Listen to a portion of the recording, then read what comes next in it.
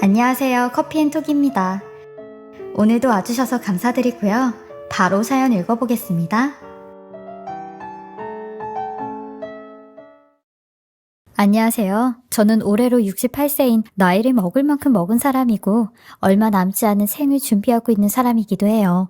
이렇게 나이 많은 노인이 이런 곳에 사연을 보내는 게 의아하실 텐데 저는 현재 요양원에서 지내고 있고 여기서 절 도와주시는 분의 도움으로 사연을 보내게 된 겁니다. 처음 사연을 접하게 된 것도 요양보호사가 핸드폰으로 제게 사연을 들려주게 되었는데 저같이 공허한 시간을 보내는 사람들에겐 아주 안성맞춤의 제격이더라고요. 사람 사는 이야기를 들으며 공감도 하고 울기도 하고 웃기도 하며 하루가 다 가도록 재밌게 듣고 있는 중인데 이런 곳에 사연을 보내시는 분들을 보면 다들 저만큼이나 힘든 시간을 보낸 분들이 많다는 생각이 들어요. 그래서 저도 허심탄회하게 제 이야기를 한번 해볼까 하는데 68년 동안 살면서 워낙 힘든 일을 겪으며 살아왔기에 이런 곳에 글을 쓸 자격이 되지 않나 싶어요.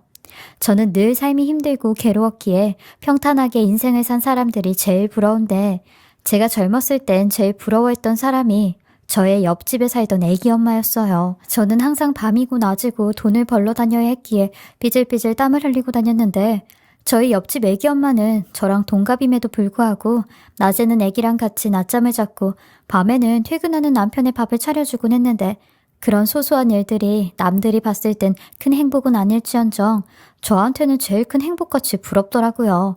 저는 20살이 되자마자 결혼을 하였는데 남편이나 저나 7남매, 6남매 중 막내로 태어나 일찌감치 결혼을 하여 평생 서로 지지고 볶고 살았어요. 부모님들도 이제 막내들만 결혼시키면 자식 농사는 끝난다고 하루라도 빨리 결혼을 하라고 극성이셨거든요. 그러니 손자리도 알아서 물어가지고 오셨고 결혼 날짜까지 저와 남편의 의지 없이 부모님들이 정해주시는 대로 따랐어요. 그렇게 저는 남편과 딱 3번 만나고 결혼을 했는데 요즘이야 연애하고 결혼을 하는데 저희는 조선시대 사람처럼 만나 결혼을 한 거죠. 그러니 얼마나 많이 부딪히고 싸웠는지 몰라요. 남편은 바로 위에 누나 남편 공장에서 일을 했는데 그때 신우 남편이 본인 아버지 공장을 이어받아 운영을 하여 굉장히 부자로 잘 살았어요. 그래서 저까지 같이 공장에 취직해 일을 했는데 저는 공장 사람들 밥 해주는 일을 했었죠. 이런 형편에서 저는 어떻게든 신우네 부부에게 잘리지 않으려고 안간힘을 썼어요. 근데 남편은 천하태평으로 우리 매형이 공장장인데 잘리긴 뭐가 잘려. 당신은 평생 우리 누나 부부한테 고마워하기나 해. 당신한테까지 월급 주잖아. 어서 당신 같은 여자한테 월급을 주기나 하겠어? 라고 하는데 그 말에 기가 막혀. 내가 무슨 월급을 공짜로 받아요? 다 내 몫으로 일하고 당당하게 돈 받는 거죠. 라고 말대꾸를 했다가 아주 호되게 혼이 났어요. 가진 것도 없는 너를 데리고 와줬으면 고맙다고 머리를 조아려야지. 이런 걸로 말대꾸를 하고 있다며 사람이든 짐승이든 혼이 나야 정신을 차린다고 했죠. 이때부터 남편의 손버릇이 시작이 되어 무슨 말만 하면 손을 휘둘러댔어요. 아주 노이로제가 걸릴 정도로 사람을 반등신으로 만들어 놓았는데 어느 날은 얼굴을 못 들고 다닐 정도로 시커멓게 만들어 놓기도 했죠. 이때는 왜 이런 대우를 받으면서도 이혼을 안 하고 살았는지 몰라요. 제 나이 때, 제 시대 때 분들이라면 특히나 더 공감이 갈 텐데 그 시대에 이혼을 했다고 하면 무조건 남들한테 손가락질을 받았고 이혼을 한다고 한들 돈 한 푼도 제대로 받지 못하고 쫓겨나 여자 혼자서 돈을 버는 것도 힘든 시대였죠. 그러니 무조건 참으면서 사는 게 맞다고 생각을 했어요.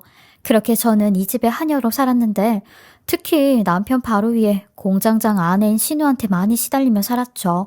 신우는 공장에서 하는 일도 없으면서 매일같이 출근을 해 저를 못 잡아먹어 안달이었어요. 저한테 시킬 게 없으니 하다하다 본인 구두와 아주버님 구두를 매일같이 닦아놓으라며 식당까지 와서 죽을 치고 앉아있는데 속으로 별걸 다 시키고 있구나 싶어 신우가 한심하게 그지없더라고요. 근데 더 한심스러웠던 건 이런 불만이 있는데도 말 한마디 못하고 신우의 구두를 닦고 있는 제가 제일 한심스러웠어요.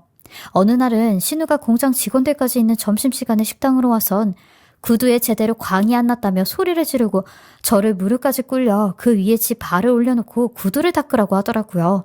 사람들은 웅성거리며 저와 신우를 쳐다봤고 남편이란 놈은 제게 사태질을 하며 이 여편네야 하는 일도 없으면서 우리 누나 구두 제대로 못 닦아나? 라고 한숨을 푹푹 내쉬고 있는데 정말 사람들 앞에서 수치스럽더라고요. 이건 뭐 가족이 남보다 더한 놈들이라 생각이 드는데 가족도 아니었죠. 이렇게 남편과 사이가 결혼 초반부터 좋지 않으니 애도 잘 안 들어서더라고요. 애들도 지 부모가 이렇게 사이가 안 좋으니 그걸 알고는 저희 부부에게 오지 않는 건가 싶었어요.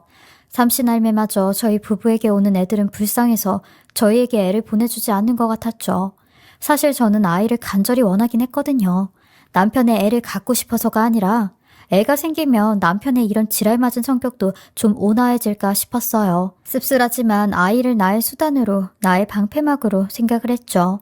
근데 막상 남편도 아이에 대한 욕심은 별로 없었고 시댁도 마찬가지로 저희 부부에게 애가 없는 걸 별로 신경 쓰지 않으셨는데 남편이 막내이기도 했고 위로 아주버님들이 3명이나 더 있어 다들 애들을 2명 이상은 낳았기에 저희 부부에겐 관심이 없었어요. 그러던 중 저희 부부도 결혼 6년 만에 드디어 애가 들어섰는데 제가 태몽으로 까치 꿈을 꿨어요. 까치집에서 떨어진 까치 한 마리를 구했는데 글쎄 그 까치가 또 다른 까치를 품고 있더라고요. 꿈에 깨어나 이게 무슨 의미인가 싶었는데 쌍둥이 아들을 가진 태몽이더라고요. 요즘이야 시험관으로 쌍둥이들이 많이 생긴다고 하는데 저처럼 자연으로 쌍둥이를 가진 건 특별하다고들 얘기들을 많이 했죠. 특별하다는 말에 저 또한 이 아이들로 인해 뭔가 잘 풀릴 것 같다는 기분이 들었어요. 여태까지는 남편이나 시댁 식구들에게 무시를 당했다면 출산 후엔 왠지 다를 것 같다는 생각이 들었거든요. 남편 또한 제가 임신했을 땐 성질을 죽이고 저한테 많이 맞춰주려고 노력을 했는데 결혼하고 처음 받아보는 대우에 이대로 계속 임산부로 남았으면 좋겠다는 생각까지 들었어요. 아무튼 저는 10달 동안 애지중지하여 쌍둥이들을 잘 품었고 2배로 힘든 과정을 거쳐 출산을 하였어요. 처음 세상 밖으로 나온 첫째는 우렁찬 목소리로 울음을 터뜨렸는데 2번째로 나온 둘째는 우는 목소리가 많이 힘들어 보였어요. 근데 아니나 다를까 둘째 건강이 많이 약하다는 얘기를 듣게 되었어요. 한 배에서 똑같이 태어난 아이인데도 한 놈은 씩씩하고 한 놈은 힘이 없는 게 엄마로서 마음이 많이 안 좋더라고요. 주변 사람들도 늘 저희 쌍둥이들을 보면 첫째가 뱃속에서 좋은 걸 다 먹었었나 봐. 왜 이렇게 둘째는 힘이 없어? 라는 말을 많이 했어요.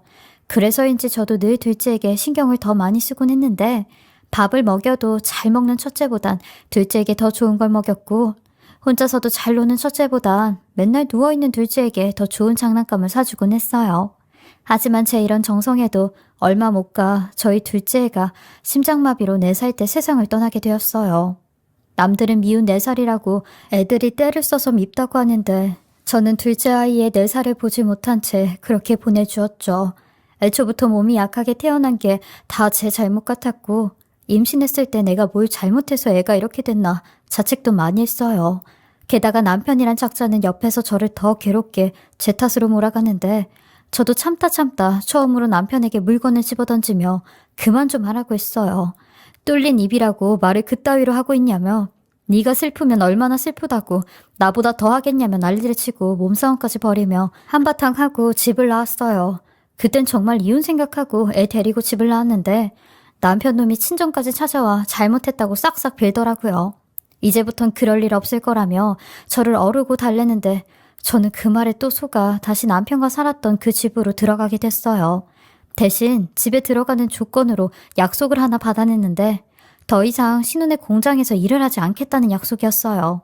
그리고 저는 그 길로 음식점에 취직을 하였는데 순대국밥집에서 일을 하게 되었어요. 다행히 10년 동안 공장에서 음식했던 짬밥이 있어서 그런지 사장님도 저를 믿고 취직시켜 주셨죠. 그리고 월급도 공장에서 일했을 때보다 더 많이 받았는데 사장님 말로는 원래 주방일하는 이모님들 월급이 이 정도는 된다고 하였고 주방장은 더 많이 받는다고 하는데 알고 보니 제가 공장에서 받은 돈은 정말 목구멍에 풀칠할 정도로만 준 월급이었어요. 게다가 저는 주방장임에도 불구하고 그 정도밖에 돈을 주지 않았다는 건데 사람들이 어쩜 그렇게 못될 수 있는지 혀를 내둘렀어요. 그래서 저도 이 사실을 알고부턴 제가 번 돈은 일체 남편 놈에게 갖다 주지 않고 한두 푼씩 모아 저금을 했어요. 그리고 하나 남은 아들을 가르칠 때나 교육비로 쓰곤 했죠. 아무래도 애 교육비로 들어가는 돈은 남편이 벌어가지고 오는 걸로 충당이 안 될 때가 많았기에 이 부분만 제가 보태주었고 나머지는 절대로 돈을 내놓지 않았죠. 그래도 제 돈으로 아들 뒷바라지를 해줄 수 있다는 게 너무 다행이었고 몇 년 후엔 국밥집 사장님 덕분에 제가 그 가게를 인수받아 더 큰 돈을 벌 수 있었어요. 남편도 제가 가게를 인수해 장사를 하니 그때부턴 신우 남편 공장을 그만두고 제 가게에서 일을 돕곤 했는데 이때부턴 완전히 사기가 꺾여 제 앞에선 큰 소리도 못 치게 되었고 되려 제가 좀 떵떵거리며 살게 되었어요. 그리고 아들도 제 덕에 부족한 거 없이 과외까지 받으며 공부를 할 수 있었고 서울에 있는 세 손가락에 안에 드는 대학에 진학을 할 수 있게 되었어요. 아들 덕에 제가 더 빛을 보는구나 싶었고 이제야 인생이 조금 풀리는구나 싶었는데 남편이 췌장암 말기로 세상을 떠나게 되었죠. 살아생전엔 그렇게 서로 못 잡아먹어 한 달이었는데 막상 남편이 세상을 떠나고 나니 마음이 싱숭생숭하더라고요. 저도 제가 이런 생각을 할 줄은 몰랐어요. 만약에 남편이 먼저 가게 된다면 아주 속이 시원할 줄 알았는데 그렇지도 않더라고요. 그래도 20년 넘게 같이 살았다고 그런 생각이 드는데 한편으론 허무하기도 했네요. 그리고 남편이 세상을 떠나니 제가 아들에게 더 많이 의지를 했는데 아들은 같은 대학에서 만난 여자친구와의 연애 사업에 바빠 절 신경 쓸 겨를은 없더라고요. 근데 그것보다 더 문제였던 건 아들이 이상한 종교 활동을 하기 시작했어요. 아들 말로는 대학에서 하는 동아리라고 하는데 제가 볼 땐 정상적으로 보이진 않았고 역시나 졸업을 하고도 취직을 할 생각도 안 하고 맨날 그 종교 활동만 하고 있더라고요. 제가 몇 번이나 거길 가지 못하게 막고 따라가서 데리고 나왔는데도 아들은 쉽사리 그곳을 빠져나오지 못하더라고요. 무언가 빠진다는 게 이렇게까지 무서운 건 줄은 저도 처음 알았는데 왜 우리 집은 하루라도 조용할 날이 없는지 답답할 노릇이었어요. 멀쩡하고 똑똑하던 놈도 이렇게 어디 나사 하나 풀린 놈 마냥 다니는데 애가 탈 노릇이었죠. 근데 결정적인 문제는 아들의 여자친구 때문이었어요. 언젠간 제가 한번 아들을 잡으러 그 종교시설에 간 적이 있었는데 글쎄 단상 위에서 아들 여자친구가 막 설교를 하고 있더라고요. 그러니 그 앞에서 아들놈이 환호성을 지르고 있는데 알고 보니 그 애가 아들을 꼬드겨 종교활동에 가담을 시켰더라고요. 그런데 더 큰 문제는 아들의 이 여자친구가 제 며느리가 되어버렸다는 거죠. 이것들이 제 허락도 없이 그냥 혼인신고를 해버린 겁니다. 저한테는 결혼을 한다고 얘기하면 제가 100% 안 된다고 반대할 게 뻔하니 그냥 지들 맘대로 이런 결정을 해버렸다는데 마른 하늘에 날벼락을 맞은 듯 했어요. 며느리라며 집에 데리고 와선 인사를 시키는데 저는 아들에게 등짝을 있는 대로 때리며 네가 어떻게 나한테 이럴 수가 있냐며 내가 너를 어떻게 키웠는데 라는 말이 자동적으로 나오더라고요. 그리곤 니들 맘대로 혼인신고하고 멋대로 살림 차린다고 하니 나도 없는 셈 치고 모르는 사람처럼 살자고 제가 먼저 선을 그어버렸어요. 그러니 아들과 며느리는 제 앞에서 무릎을 꿇으며 이러지 마시라고 하는데 저는 그런 아들 며느리에게 니들이 나한테 진정으로 부부 인정받고 싶으면 당장 그 종교 그만 다녀. 그래야 내가 너희들 인정할 수 있을 것 같다. 라고 하니 며느리가 그건 안 돼요. 종교의 자유라는 게 있는데 왜 그러시는 거세요? 라고 하더라고요. 그래서 저도 그 말에 니들 지금 좋은 대학 나와서 취직도 못하고 1년 365일 거기 가서 사람 노릇도 못하고 지내는데 그러고도 그런 말이 나와? 라고 하니 며느리가 대번 무릎을 탁탁 털며 일어나 자기야 일어나 나가자. 역시 영채님 말이 맞네. 분명히 자기 엄마가 영채님으로부터 우리 떼어놓는다고 말씀하셨는데 그 말이 진짜 맞잖아 라며 아들을 잡아 끄는데 저도 아들의 반대쪽 팔을 잡아 끌며 세상 누구 부모라도 자식이 이상한 종교에 빠지면 당연히 그 소리 하지. 어디서 이딴 짓을 하고 있어? 라며 소리를 치니 제 말에는 아랑곳하지 않고 아들을 붙잡고 끌고 나갔는데 영영 절 찾아오지 않을 것처럼 하더니 2년도 안 돼 다시 절 찾아와선 그때와 똑같이 무릎을 꿇고 빌기 시작하더라고요. 이제서야 지네들이 깨달았다며 2번 다시 그 종교에 얼씬도 하지 않을 테니 제발 제 식당에서 뭐든 일할 수 있게 도와달라고 하는데 둘 다 나이가 30이 넘었는데도 취직을 못해 돈 한 푼도 벌지 못하고 있더라고요. 게다가 어디 여인숙에서 간신히 아둥바둥 살고 있다는데 그 말을 듣곤 왜 니들처럼 좋은 대학 나온 애들이 취직도 안 되고 이러고 사냐고 하니 아들은 경력도 없고 스펙도 없고 나이도 많아 원서를 내는 촉촉 취직이 안 된다고 하였고 며느리는 글쎄 실은 그 대학에 나오질 않았다고 하는 겁니다. 고졸 출신의 대학은 문턱도 안 가봤다는데 여태껏 제가 속고 있었던 거죠. 대체 아들은 이런 여자가 뭐가 좋아 그렇게 홀딱 빠졌는지 머릿속이 이해가 안 갔어요. 하지만 누굴 탓하겠나요? 제 아들을 탓해야죠. 결국 저는 그 2사람을 위해 일부러 월급줄이를 만들어 그 둘을 고용하기로 했고 일을 좀 가르쳐야겠다 생각을 했어요. 아무리 미워도 내 자식이고 내가 그런 자식의 부모니까 무조건적으로 도와줄 수밖에 없겠더라고요. 부모 마음이 이런 거 같은 게 하나를 줘도 열을 못 줘 미안하고 안쓰러운 마음이 드니 저도 어쩔 수 없는 부모라 생각이 들었어요. 게다가 지네들이 스스로 과거를 후회하고 반성하니 한번 믿어보자 싶었죠. 그렇게 아들과 며느리는 제 가게에서 일을 하게 되었는데 열심히 하는 게 눈에 보일 정도로 살았어요. 특히나 며느리는 제가 시키지 않은 일까지 찾아서 일을 했는데 성격도 상냥해 가게를 찾는 손님들한테도 잘했어요. 그렇게 아들과 며느리는 한 5년 동안 제 가게에서 군말 없이 일을 했는데 어느 날 며느리가 제게 어머님, 이번 65살 생신은 해외로 가시는 건 어떠세요? 어머님 환갑도 저희가 제대로 못 해드렸잖아요. 가게는 제가 혼자 보고 있을 테니까 아범이랑 같이 편하게 여행 좀 다녀오세요. 라고 하는데 며느리 덕에 난생 처음으로 태국에 가게 되었어요. 아들이랑 이렇게 단 둘이 여행을 해본 것도 처음이었는데 이런 여행을 65년 만에 처음 해본 게 후회스럽기만 하더라고요. 그리고 여행사에서 같이 투어하는 사람들에게도 며느리 자랑을 얼마나 많이 했는지 몰라요. 저는 이런 며느리에게 고마워 며느리에게 줄 기념품도 왕창 샀죠. 근데 그럴 때마다 아들은 그만 좀 하시라고 옆에서 말리는데 왠지 모르게 아들 기분은 그렇게 좋아 보이지 않았어요. 여행까지 와서 왜 저렇게 기분이 다운돼 있나 싶었는데 그 이유를 한국에 도착하자마자 알게 되었네요. 여행에 갔다 오니 제 가게가 싹 다 헐어져 있는 게 아니겠어요? 저는 가게를 보곤 방방 뛰며 니들이 이렇게 앉으시냐고 이게 어떻게 된 일이냐고 바닥에 주저앉아 막 난리를 쳤어요. 그러니 그 착하고 어질던 며느리가 내가 5년 동안 잠잠히 여기서 일했잖아요. 여기서 일하느라 하고 싶던 종교활동까지 접으면서 얼마나 고생했는지 알아요? 그리고 어차피 어머님 돌아가시면 이 가게 우리 주려고 했잖아요. 원래 주려고 한 거 좀 빨리 줬다 생각하면 되지. 뭐 이렇게까지 오바를 떠세요? 그리고 내가 한 달에 어머님한테 50만 원씩 주면 될 거 아니에요? 라고 하는데 이 뱀 같은 며느리가 희짓거리를 하려고 몇 년 동안 일부러 제 앞에서 성실한 척 착한 척을 하며 살았던 겁니다. 이 모든 게 내 잘못이었고 내 불찰이었던 거죠. 그리고 더 큰 문제는 제 가게랑 제 이름 앞으로까지 빚을 지게 해. 저는 그 빚을 갚기 위해 살던 집까지 팔고 쪽방촌으로 가게 되었어요. 처음엔 달에 제게 50만 원씩 준다고 했던 그 약속을 지키긴 했는데 그것도 어느 순간 돈이 끊겼고 아들도 며느리한테 포섭이 되어 꼼짝도 못하는 신세가 되었어요. 피땀 흘려 키워놨더니 지 마누라 말이 법인 마냥 행동을 하는데 등신도 이런 등신이 없었죠. 저는 그런 아들을 어르고 달래 지금이라도 늦지 않았으니 이혼을 하라고 설득을 했어요. 그러니 아들놈도 제게 낳아놓기만 하면 다예요? 엄마가 무슨 자격으로 이혼을 하라 말아라 하고 있어요? 최소한 이혼하라고 말을 하고 싶으면 나한테 20억 정도는 딱 주고 이혼하라고 해야지. 내가 그 말을 듣지. 그거 해줄 능력도 없는 주제 그냥 조용히 사셔요. 라고 하더라고요.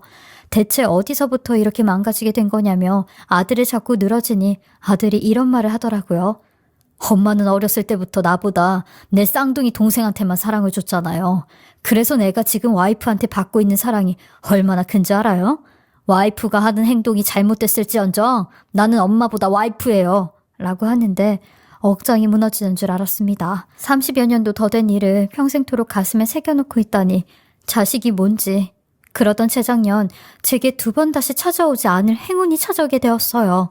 제가 자식에게 버림을 받은 이후로는 매일 토요일마다 신락 같은 희망으로 로또를 사왔는데 그 로또에 당첨이 된 겁니다. 비록 1등은 아니지만 그래도 상금이 꽤 있는 2등에 당첨이 되었어요. 게다가 제가 당첨됐을 땐 수령받는 사람들이 적어 7천만 원 정도의 금액을 받을 수 있었거든요. 이 돈이면 아끼고 아껴 죽을 때까지는 쓸 수 있겠다 생각을 했어요. 남편 복도 자식 복도 없던 제가 그나마 말년엔 이런 복이 굴러 들어왔구나 싶어 가슴이 미친 듯이 뛰더라고요. 물론 이 사실은 그 누구에게도 얘기하지 않고 저만 알고 있었어요. 행여나 아들놈과 며느리 귀에 이 얘기가 들어간다면 무슨 수를 써서라도 이 돈을 뺏어갈 것 같았거든요. 5년 동안이나 절 속이고 나 죽었소 하며 살았던 애들인데 뭔들 못하겠나 싶었죠. 그렇게 저는 당첨금을 지급받으러 은행에 가려고 나서려는 순간 문 앞에서 아들과 며느리가 저를 밀치고 들어오는데 이것들이 어떻게 귀신같이 나를 찾아왔지 싶어 소름이 다 돋았습니다. 저는 걔들을 보자마자 여기 무슨 일로 찾아왔냐고 당황을 하며 멀찌감치 피해 있는데 대번 며느리가 어머님 어머님 로또 당첨된 거 다 알아요. 아니, 그걸 말도 안 하고 혼자 수령하시려고 했어요? 어떻게 자식한테 말도 안 하고 그러실 수가 있으세요? 라고 하는데 저는 끝까지 무슨 소리냐고, 니들 뭐 잘못 먹었냐고, 다짜고짜 왜 이러냐고 하니 며느리가 선반 옆에 무슨 카메라 같은 걸 제게 던지며, 어머님, 제가 어머님 자주 못 찾아뵈서 이렇게 소형 카메라를 설치해놨거든요. 그래서 다 알고 있는데 어머님 왜 거짓말하세요? 그 당첨금 알아보니 7천 정도 되던데 그거 저희가 대신 받아드릴게요. 어머님같이 연세 많은 노인분이 그 큰 돈을 수령해서 집에 가다가 강도라도 만나면 어쩌시려고요. 어머님 목숨값보다 그 돈이 더 중요하세요? 라고 하는데 저는 차라리 강도한테 뺏겼으면 뺏겼지 니들한테는 절대 안 준다고 하며 며느리를 바닥으로 밀치고 밖을 나오려고 했어요. 집에 있다간 제가 어떻게 될지 몰라 일단 여길 빠져나와야겠다는 생각을 했었거든요. 이 세상에 아무도 제 편이 없다는 사실에 두렵기까지 했던 게 아들놈마저 지 마누라를 먼저 챙기며 제게 빨리 당첨 복권을 내놓으라고 제 팔을 있는 대로 잡고 놓질 않았는데 나이 많은 노인네가 무슨 힘이 있겠나요.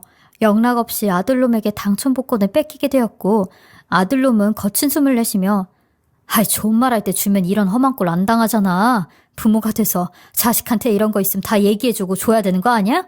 늙어서 왜 이렇게 욕심이 많아? 라며 제 마누라에게 나가자고 하는데 저는 그런 아들 부부를 향해 내가 니들 경찰에 신고하고 말 거야. 이거 엄연히 괄치야 이 빌어먹을 놈들아. 라고 하는데 그 말에 며느리가 갑자기 차분해진 표정으로 알겠다며 어머님, 그럼 저희가 은행까지 데려다 드릴게요. 은행 가서 돈 인출하지 말고 통장에 넣어놓고 어머님이 쓰시면 되잖아요. 아까도 말했듯이 저희는 어머님이 걱정돼서 그러는 거라니까요. 라고 하는 겁니다. 그리곤 저를 억지로 차에 태워 은행에 가자고 하는데 전 그렇게 힘없이 아들놈이 운행하는 영업용 택시를 탔고 며느리가 제 옆에 앉아 2등 수령금은 농협 각 지점에서 받을 수 있다니까 일단 내가 말한 거길로 가. 라며 지들끼리만 아는 곳으로 가기 시작하는데 문제는 고속도로를 타는 겁니다. 저도 그걸 보곤 니들 대체 나를 어디로 데리고 가는 거냐고 소리소리를 질렀어요. 그러니 노출 때문에 위험할 수 있어서 시골에 있는 은행으로 가는 거니까 조용히 하고 있으라고 하는데 제가 막 차문을 열어서 나가려고 해도 택시 특성상 제 쪽 차문은 열리지 않더라고요. 그리고 한참 달려 도착한 곳은 역시나 은행이 아닌 허 벌판의 시골밭이었고 그 위엔 덩그러니 컨테이너가 하나 놓여있는데 아들과 며느리는 저를 질질 끌고 가 힘으로 집어넣으며 당첨금 받아올 테니까 여기 가만히 계셔요. 라며 사라져버리는데 정말 억장이 무너지는 줄 알았어요. 그 춥고 어두운 곳에 혼자 남겨져 문을 두드리며 밖에 누구 없냐고 울부짖었고 하루가 지나도 이것들은 나타나질 않는데 이곳에서 누군가 살았는지 냉장고도 있고 요강도 있고 이부자리도 있더라고요. 마치 저를 여기다 데려다 놓으려고 만들어 놓은 것 같다는 생각에 소름이 다 돋았어요. 먹는 거랑 용무 보는 건 대충 처리할 수 있어 며칠 동안은 지낼 수 있었는데 그 후엔 차라리 눈을 감아버렸으면 좋겠던 극단적인 생각도 들더라고요. 내 곁엔 가족도 없고 자식도 없으니 여기서 이렇게 눈을 감아버린다고 해도 아무도 모르겠구나 하는 공포까지 몰려왔죠. 살면서 나이 7순에 이런 일을 겪을 줄은 꿈에도 몰랐고 이런 일을 겪어본 사람이 누가 있겠나 싶어 하늘이 무너지는 기분이었어요. 그러던 며칠, 아니 몇 주가 지났을까요? 천장만 보고 누워있는데 밖에서 개 짖는 소리가 들리기 시작했고 아이들 목소리까지 희미하게 들리기 시작하는데 저는 그 아이들을 향해 문을 두드리며 여기 사람 있다고 살려달라고 소리를 쳤어요. 제가 들리는 저 밖의 소리가 환청일지라도 지푸라기라도 잡는 심정으로 살려달라고 애원을 했죠. 그리곤 애들 소리가 뚝 그쳤는데 역시나 환청이었던 걸까 하며 망연자실하고 있던 그때 갑자기 누군가 문을 두드리며 안에 사람 있어요? 라고 하는 겁니다. 그 말에 안에 사람 있다고 갇혔다고 살려달란 말을 목 놓아 했어요. 그러니 얼마 후 여러 사람들의 목소리가 들려왔고 기계 같은 걸 문으로 타기 시작하는데 쾅 하고 문 떨어져 나간 순간 환하게 들어오는 빛을 보고 저는 짐승처럼 기어나와 엉엉거리며 울음을 터뜨렸어요. 밖엔 경찰관 2명과 동네 남자들 그리고 여자들이 있었는데 제 모습을 보곤 다들 경악을 하며 대체 여길 어떻게 들어가 있었냐고 무슨 일이 있었냐고 묻더라고요. 그래서 저는 자식들이 이곳에 갖다 버렸다고 하였고 경찰관들은 컨테이너 안의 모습들을 전부 다 사진으로 찍어두었고 같이 파출소로 동행을 해 어떻게 된 일인지 진술을 좀 해달라고 하더라고요. 그렇게 저는 경찰관과 마을 동네 주민들 덕에 9일 만에 그곳을 빠져나올 수 있었어요. 그리고 경찰관들의 동행으로 제일 먼저 자식놈들을 찾아갔는데 저는 9일 만에 살아 돌아와선 또 한 번 충격적인 모습을 보고야 말았네요. 집 대문엔 근조라는 한자가 대문짝만하게 써져 있었고 왜 옛날에 집에서 장례식을 했던 것처럼 거실 한가운데에 제 영정사진과 제단을 꾸며놨는데 이것들이 정말 제정신인가 미쳤구나 싶었고 집에 있던 사람들도 기절 초풍을 하며 어떻게 죽은 사람이 살아 돌아왔냐고 난리가 난 겁니다. 또한 며느리와 아들놈도 제 모습을 보곤 기겁을 하며 어떻게 나온 거냐고 말을 더듬는데 저는 그런 몹쓸 놈들에게 달겨들어 돈 7천에 나를 갖다 버리고 그것도 모자라 날 죽은 사람으로 만들어? 라며 오늘이 니들 제삿날이라고 쥐어뜯고 상을 뒤집어 엎으며 니들 내가 가만히 안 둘 거고 콩밥까지 먹일 거라며 고소장이 든 가방을 얼굴에 집어 던졌어요. 그러니 며느리가 새하얀 한복 같은 걸 입은 여자에게가 영채님 이제 어떡해요? 라고 하는데 저 여자가 그토록 아들놈과 며느리가 말했던 그 사이비 교주구나 싶어 그 여자에게도 달겨들어 내 자식들 인생만 망치면 되지 왜 내 인생까지 망치러 들려고 해. 너랑 나랑 무슨 원한이 있고 무슨 악연이라고 라며 손에 잡히는 대로 그 여자를 죄다 다 뜯어놨고 겨우 경찰관들이 말려 상황은 종료가 되었는데 이렇게 해도 속이 안 풀리더라고요. 그리고 여태껏 며느리와 아들놈이 제게 했던 짓 뒤에는 다 이 사이비 교주가 조종을 하고 있었죠. 저는 한치의 물러섬도 없이 이것들을 죄다 전부 고소해버렸고 아들놈과 며느리는 1심에서 각각 1년, 1년 5개월 실형을 받게 되었어요.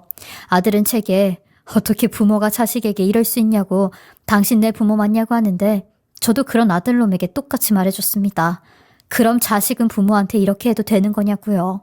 그러니 둘 다 아무런 대답을 하지 못하더라고요.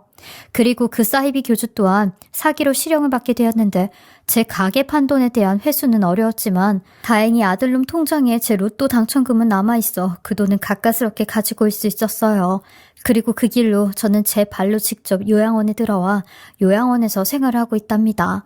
제가 만약 다른 사람들처럼 평범하게 늙고 평범하게 살았더라면 이런 곳에서 사연을 남기지도 않았을 텐데 이런 기가 막힌 일을 겪으니 저 같은 사람도 있다는 걸 이야기해보고 싶었어요. 다들 살면서 힘들고 괴로운 일들이 있으시겠지만 그 정도가 어느 정도인지는 느끼기 나름일 거라 생각이 들어요. 하지만 저 같은 이런 불행을 안고 사는 사람도 있으니 아무리 힘든 일이 있어도 포기하지 마시고 열심히 살다 보면 좋은 날이 올 거라 믿고 행복하게 사시길 바랍니다. 저 또한 어떻게든 살아보겠다고 하루하루 잘 살고 있으니까요. 이 늙은이의 한서린 긴 이야기 들어주시고 읽어주셔서 감사하고요. 새해에는 더 좋은 일들만 가득하시고 부자 되시길 바라고 또 바라겠습니다. 건강하세요. 지금까지 커피앤톡이었습니다. 오늘도 끝까지 함께 해주셔서 감사하고요. 저는 다음 영상으로 또 찾아뵙겠습니다.